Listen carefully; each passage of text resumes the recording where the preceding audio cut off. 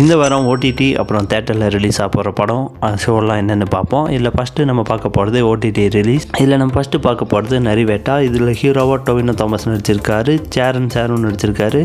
இது ரிலீஸ் ஆகிறது சோனி லைவில். தமிழ் மலையாளம் 2 லாங்குவேஜிலுமே ரிலீஸ் ஆகும். அடுத்த படம் பார்த்தீங்க அப்படின்னா மூன் வாக். இது ஒரு மலையாளம் படம், பட் ஜியோ ஹாட்ஸ்டாரில் ரிலீஸ் ஆகிறதுனால தமிழ்லையுமே ரிலீஸ் ஆகிறதுக்கான வாய்ப்பு இருக்குது. இந்த வாரம் இந்த 2 படம் மட்டும்தான் ஓடிடியில் ரிலீஸ் ஆகுது. இனி தேட்டர் ரிலீஸ் பார்க்கலாம். தேசிங்கு ராஜா 2 ஆல்ரெடி 1 ரிலீஸ் ஆகி ஹிட் ஆச்சு. ஸோ விமல் சார் நடித்த தேசிங்கு ராஜா 2 இந்த வாரம் ரிலீஸ் ஆகுது.